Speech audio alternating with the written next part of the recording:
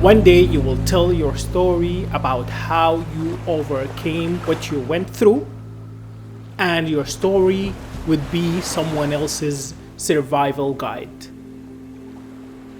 I always think about that when I'm telling a story or sharing some information about my life, because it's beautiful for us to share stories. And I'm not talking about Instagram stories or reels or whatever. I'm talking about real life experiences with their sweet and with their bitter, the good and the bad. That's why we need to tell more stories. And when I say we need to tell more stories, I'm not talking about sharing our fake lives on social media and sharing all the posts that our friends would like, that will get popular. We browse social media and all that we see are perfect pictures, amazing destinations, and it gives us that feeling that everyone is living this perfect life, living this beautiful fantasy that we keep in the back of our heads. So when we are trying to share our stories, we share the best photos, we take multiple photos, multiple angles, so we show the most perfect angle out there. And I'm talking about sharing our failures as much as we share our successes, because a lot of people just focus on the positive side of their lives. They share that to people. It gets the likes, it gets the views, it gets the interactions, but not a lot of people share the negative sides of their lives. And even when we are reading a book or reading someone else's biography, we always see their successes, how many times they succeeded in the thing that they did, how many achievements they did in their lives. And not many talk about their failures. Not many talk about how many times they tried to get the things that they wanted and failed in doing that. And here I'm not talking about sharing negativity. I'm talking about sharing our mere experiences. Because even if it's a negative experience that we face, it might be helpful to other people. It might be a guide to someone else to survive. We're not perfect. We're human beings in the end.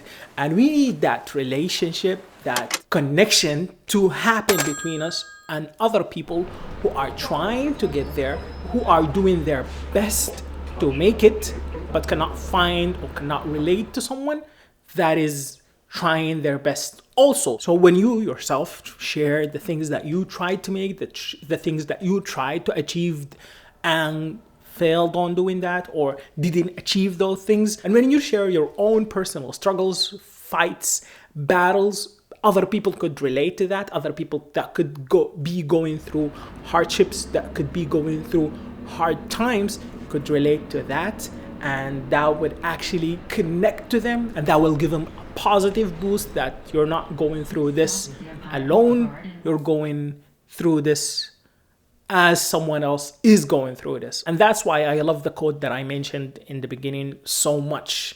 Your story would be someone else's survival guide. So using our voices and using our platforms and sharing the struggles that we are going through would help someone else eventually, would help someone else that's going through things right now. Not only that, sharing our struggles, sharing our fights could be a chance for someone else to help us. Because if you are sharing the things that you're struggling with right now, someone else could have done that already. They might not have talked about it, but they could reach out to you to help you through the things that you're going through. And even if you see someone else going through a struggle, going through a fight you can help with, you should definitely reach out and help them. That's why a community regarding one issue that everyone shares is one of the strongest communities that you can see. Look at the Sudanese revolution, for example, and the community of like-minded young people who wanted to change a regime, to change their lives, their country for the better.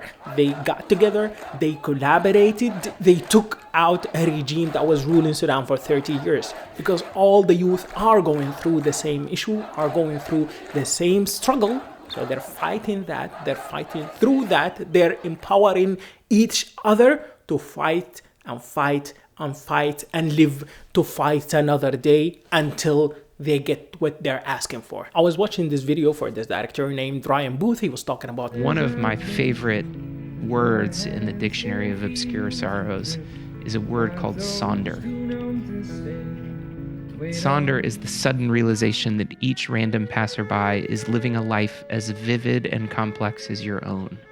The realization that everyone else that you meet, everyone else that you see as background characters in your life, have their own lives, have their own struggles, have their own fights, and are the heroes, are the protagonists of their own stories. And if we keep that in mind, if we think about that constantly every time that we're dealing with someone new, if we're dealing with our friends, if we're dealing with our family members, and forget that life doesn't just revolve around us, our lives doesn't just revolve around us.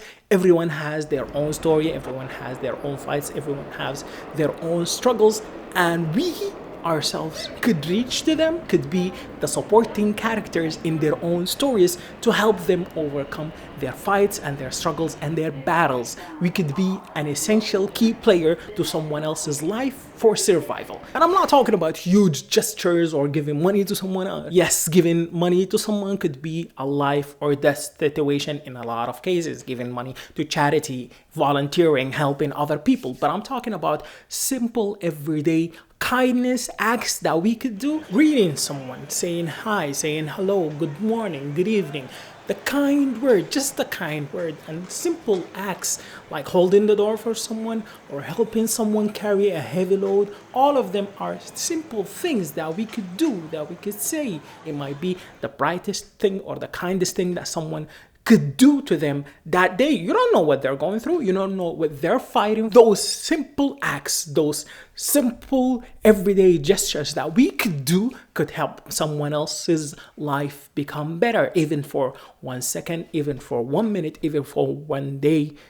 And it might help give them a brighter look at the future, may give them a brighter look about their whole community. This reminds me of a conversation that I was having with one of my Nigerian friends, and we were talking about how it's very rude for people in our countries back in Nigeria and for me back in Sudan to pass by someone and not say hi or hello or good morning. And it's the norm here in New York. Like, I've learned first thing, the first few weeks that I came here, nobody says hello, nobody says hi, even your close by neighbors. People are always having this fear or having this bubble shield around them, built around them. The toughness of this city, the toughness of maybe someone else's upbringing. These people do not have anyone to go back to. If they're hungry, they're just hungry. Maybe here the community, maybe here the society, a lot of times is not as supportive.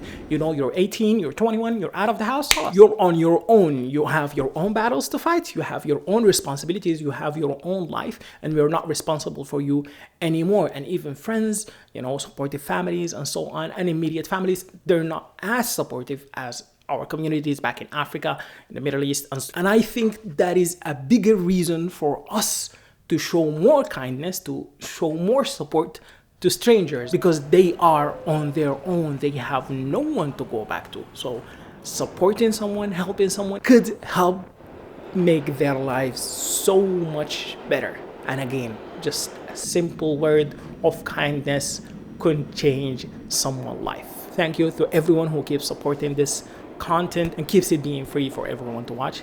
Thank you for watching. My name is Muaz Osman. Assalamu alaikum.